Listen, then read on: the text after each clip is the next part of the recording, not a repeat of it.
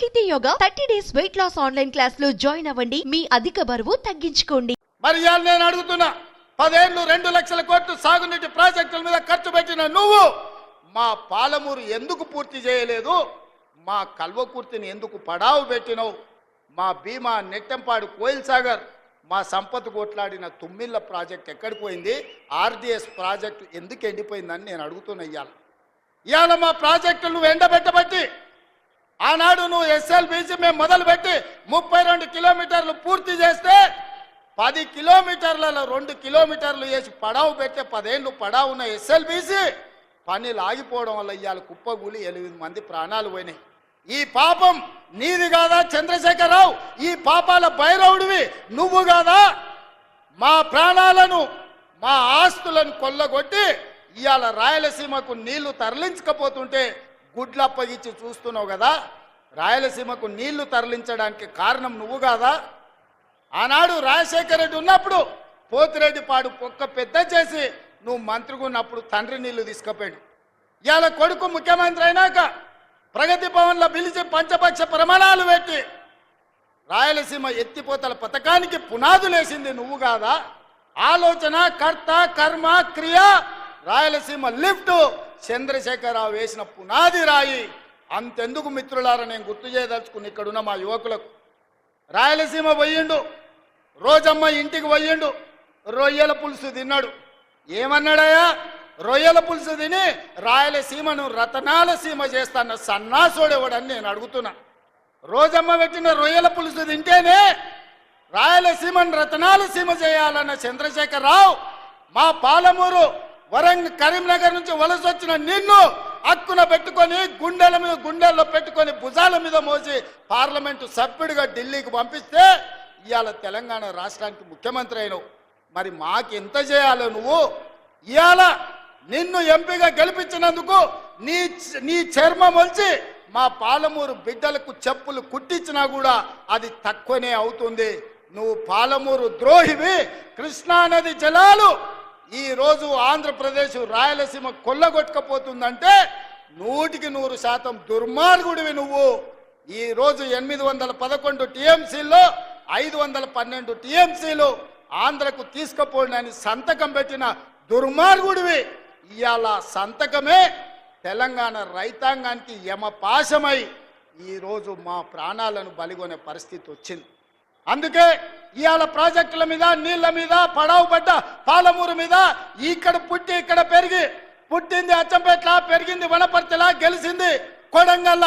ఈ పాలమూరు రుణం తీర్చుకోనికనే తెలంగాణ ముఖ్యమంత్రినైనా మా నారాయణపేట కొడంగల్ మక్తల్ ప్రాజెక్టు ప్రారంభిస్తే కేసులేసి అడ్డుకోవాలనే ప్రయత్నం చేస్తున్నావు. ఎస్ఎల్బీసీని పడావు పెడితే పని చేయాలంటే అడ్డం వచ్చి పండుకుంటున్నావు. ఇవాళ మా పాలమూరును పడావు పెట్టిందే నువ్వు చంద్రశేఖరరావు. నిన్ను నమ్మినందుకు మమ్మల్ని నట్టేట ముంచినవు. వెనకటికి పెద్దలు చెప్పినట్టు నమ్మి నానబోస్తే పుచ్చి బుర్రెలేనని ఇవాళ చంద్రశేఖరరావు నమ్ముకున్నందుకు పాలమూరు జిల్లా ఎడారిగా మారింది. అందుకే మిత్రులారా, ఇవాళ మీరు ఒక్కసారి ఆలోచన చేయండి. 10 సంవత్సరాలు చంద్రశేఖరరావు ప్రభుత్వం, బీఆర్ఎస్ ప్రభుత్వమే ఉన్నది కదా. మీరందరు కలిసి మేఘారెడ్డి, నన్ను, మల్లురవిని, బట్టి విక్రమార్క గారిని, మధుసూదన్ రెడ్డిని, రాజేష్ను, శంకర్ను ఆశీర్వదించి 5 ఏళ్ల కోసం అధికారం ఇస్తే ఏడాది కాకముందే మమ్మల్ని దిగిపోమంటారు. ఇది న్యాయమా? ఒక్కసారి ఆలోచన చేయండి. 10 ఏళ్ళు మీరే కదా దోసుకున్నది, 10 ఏళ్ళు పాలించింది మీరే కదా, 10 ఏళ్ళు ఏలుకున్నది మీరే, దోసుకున్నది మీరే, 10 ఏళ్ళు అధికారాన్ని అనుభవించింది మీరే. ఒక పాలమూరు రైతు బిడ్డ నల్లమల ప్రాంతం నుంచి తెలంగాణకు ముఖ్యమంత్రి అయితే చూసి ఓర్వలేరా? మీరు, మీ కొడుకులు, మీ మనవళ్ళు మీరు ఏలనిక్క పుడితే మేమేమో ఇవాళ బిచ్చమెత్తుకోవడానికి పుట్టినమా అని నేను అడుగుతున్నా. మీలాక మేము చదువుకోలేదా? మీలాక మాకు తెలివితేటలు లేవా? మీలాక మేము పరిపాలన చేయలేమా? మా పాలమూరులకు శక్తి లేదా? ఈ దేశమే కాదు ఈ ప్రపంచాన్ని నడిపించగలిగిన శక్తి నా సోదరులకు, నా సోదరిమణులకు ఉంది. చంద్రశేఖరరావు, నువ్వు అనుకుంటున్నావేమో బిడ్డ పాలమూరోడు అమాయకుడని. మాది అమాయకత్వం కాదు, మాది మంచితనం.